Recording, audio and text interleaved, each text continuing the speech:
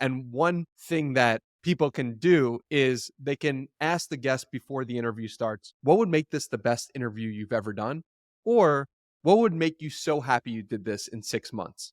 I feel like Mhm. if you don't know what's about to be said, if you don't know what direction you're going to go, those questions can help the guests feel comfortable, you feel comfortable because you know what target are we aiming at. The amount of times people will tell me, "Oh my god, like no one's ever asked me that." Yeah. And that's such a great question. Before we've even hit record, it's impactful enough that I feel like it helps make the guest feel comfortable.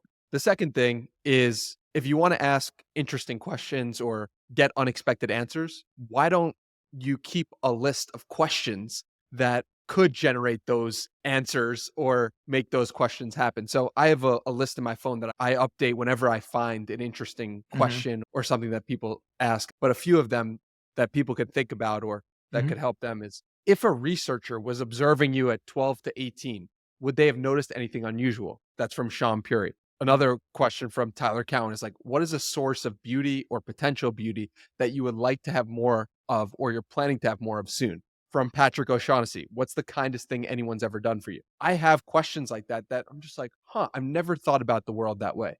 The Yeah. purpose of the interview is to get people to think about their own lives differently or for them to learn something about themselves. If I know that to be the case, I have to create and curate this list of amazing questions that make me think differently first. And then the last thing is to share vulnerably first. I know that if I am willing to bare my soul, be like, this is when I was bullied, or this is when something bad happened to me. I Mhm. know someone else, when they hear the question, they're going to be like, oh, Danny said this. I want to match his vulnerability in sharing my truth as well.